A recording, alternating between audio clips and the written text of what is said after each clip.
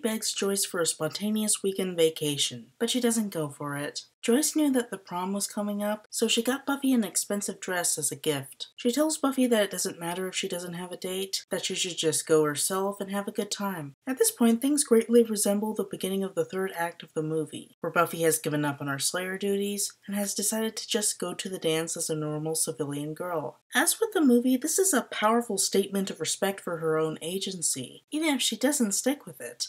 Because Cordelia is friendlier now, she actually asks Willow for an honest favor, to help her and Kevin set up for the dance. Kevin and his friend are late, so she and Willow go to collect them. They find the two of them and some friends dead, killed by vampires. The shot of the TV with cartoons playing and blood on the screen is a chilling juxtaposition. Credit to Joss's writing and directing ability. The cartoon in question is Disney's Three Little Pigs, depicting the first two pigs in their mocking chant of "Who's afraid of the big bad wolf? Big bad wolf, big bad wolf. Who's afraid of the big bad wolf?" The two pigs fail to recognize the danger represented by the wolf and fall victim to him, just as the citizens of Sunnydale will fall victim to vampires if the Slayer doesn't meet them head-on. It's interesting in light of Buffy fans and writers later labeling main season antagonists as big bads, based off of a line in Buffy's in Season 3, Episode 11, Gingerbread. It's harmless, not a big bad. The big bad wolf alluded to by the scene is the big bad of Season 1, the Master. The stars themselves will hide.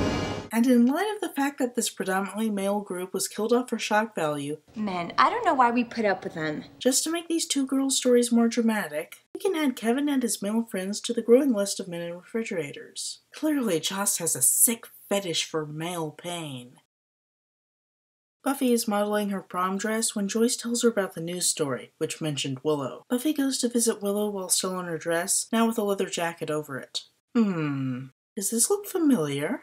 Willow describes how horrified she was by the sight of the carnage. The vampires invaded the humans' world, sadistically hurt them, and reveled in the bloodshed. Undeniably, we are the world's superior race. Buffy takes in her friend's distress and knows that she has a valuable job to do. It may be certain that she will die in the process, but at least she can combat the forces of evil while she's at it. If she can take down the Master before she dies, it would all be worth it. She tells Willow not to go out tonight, and then goes to Giles for some last advice. Giles is in the middle of filling in Ms. Calendar, who tells him a last message from her monk contact. Isaiah chapter 11 verse 6. A biblical passage that Giles knows by heart, because the man was so dutiful to his Bible studies. The wolf shall live with the lamb, the leopard shall lie down with the kid, the calf, the lion, and the fatling together, and the little child to lead them. This is apparently to describe the Anointed One. Giles adds to this a statement from Aurelius. The Slayer will not know him, and he will lead her into hell. Buffy, you been to hell?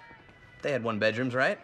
Apparently this means that the Anointed One is a child and that he will lead the Slayer to the Master, who is not actually in hell. A bit of hyperbole on Aurelius's part. Enough for the hyperbole. If the Anointed One is a child, then Giles knows that Andrew Borba, the vampire Buffy slew and never killed a boy on the first date, was not the right vampire, thereby fulfilling the part of the prophecy about the Slayer not knowing him. In Buffy's absence, Giles is planning to face the Master himself. This would be how it would go in the classic Dracula story, where he as the Van Helsing figure would face off against the Count himself, along with the Jonathan Harker figure, which would either be Xander or Angel. As Lucy is often merged into Mina, so are Arthur and Quincy merged into Jonathan. In Dracula, the male leads fight the male villain to secure the female lead as a prize. That's not how things are going to go here. Buffy shows up to relieve Giles of the obligation to fight the Master. It's her duty, she knows how to do it. Giles tries to pull the father figure card and forbid Buffy from going to her death. This is the first time we've seen Giles get authoritative with her, and it makes perfect sense in context. He loves her as a daughter and doesn't want her to die. Giles himself cannot be blamed, and it isn't sexist so much as an expression of their father-daughter dynamic, and therefore falls into the realm of parent-child relations. It's an echo of Joyce disrespecting Buffy's desire to go to the Bronze as, If you don't go out, it'll be the end of the world. Joyce is grounded in the mundane realm, so Buffy sneaks out like a standard teenage girl wanting to hang out with her friends. But Giles is a part of the fantasy action realm, so Buffy deals with him in a fantasy action way, punching him and knocking him out with her Slayer strength. In doing so, she asserts herself as the fighter of the story, placing Giles' presence as a Van Helsing fighter. She rejects the Dracula narrative and claims her role as hero of the story. However, she now also falls into a role parallel with not just the overt action star Jonathan Harker, but the vulnerable Ellen Hutter. Mortal terror reigns. Sickness now, then horrible death. Only Lucy knew the truth, and at a window, Nosferatu. Count Orlok situates himself in the building across the street from Ellen and creeps on her through the window. Ellen is aware of his presence, but at first does nothing. Orlok and his rats take over the city, killing one person after another, while the city is quarantined for plague.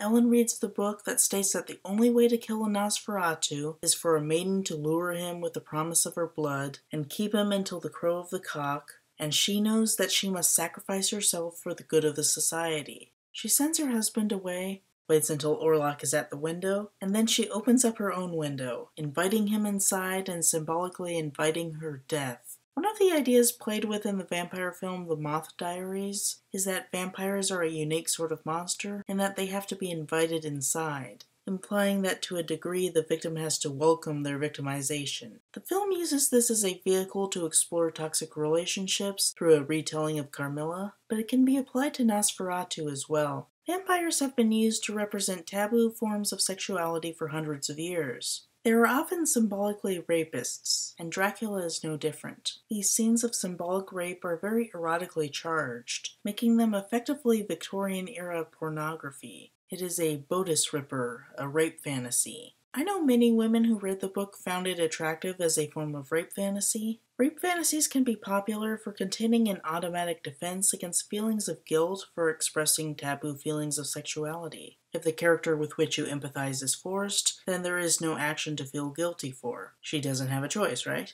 The scene in which Ellen baits Orlok is very erotically charged. I know I'm gonna get flack for saying this. Feminists see rape everywhere, right? Well, the sexuality of Orlok is very well accepted by vampire historians. If you purchase the 1998 release of Nosferatu, Nosferatu the First Vampire, you can even have David Carradine tell you all about it.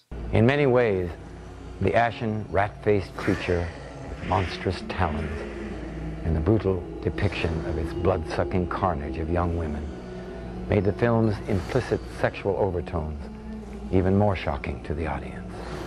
Unlike later adaptations of Dracula, which would make its counts overtly attractive as they make their symbolic gestures of rape, Orlok is ugly as sin. He is not to be lusted after per se, he is to be feared for his attack on a helpless woman. Everything about his approach is very deliberately terrifying, with the iconic rich black shadows that would later be imitated in Buffy. And, Dumbo. As Blue Oyster Cult puts it, Ellen gives herself to Orlok's pleasure. She chooses to seduce him, but because the narrative gives her no other choice, she is effectively raped by the restrictions of the presented means of defeating Nosferatus, be it by holy spell or only available means of getting Orlok in the sunlight. The antagonist is presented as a stalker, and the only means of defeating him is through playing on this to complete a ritual. It is possible that women got some sexual satisfaction out of the display, but it is fundamentally about a male rapist victimizing a helpless woman because the production ran out of money and figured that Orlok dying by being unable to control his lust made as much sense as anything. With her crossbow in hand, Buffy heads off to complete a similar prophecy. Hers is not as overtly sexual, but as a retelling of Nosferatu, it will enter similar territory. She finds the Anointed One trying to lure her, and she now knows him, and just tells him to lead her to the Master. He obliges, and that is the full extent of that character's role in the apocalypse. Big overture. Little show. In taking the Anointed One's hand, she accepts her destiny as the Master's victim, though she hopes to take him down with her. Letting the Anointed One lead her shows her acceptance, but it is still very different from Ellen at her window. Buffy is not giving the Master permission to come in and rape her. Anything that he does to her is very overtly out of her control. It is interesting that the plot dictates that she approach him instead of he approach her. He is, of course, trapped in the underground church, and that is the bubble that separates them instead of her house and his requiring an invitation. Though Nosferatu doesn't appear to make it a rule that Orlok can't enter without an invite, just that he's really shy. Dracula, of course, has Jonathan Harker, Van Helsing, and Quincy Morris entering Dracula's realm to dispatch him and his vampire companions, but it's rare for the climax of an American story to involve a protagonist entering the monster's realm to defeat them. Usually the monster must be lured to ground where he doesn't have the advantage, like King Kong on the Empire State Building.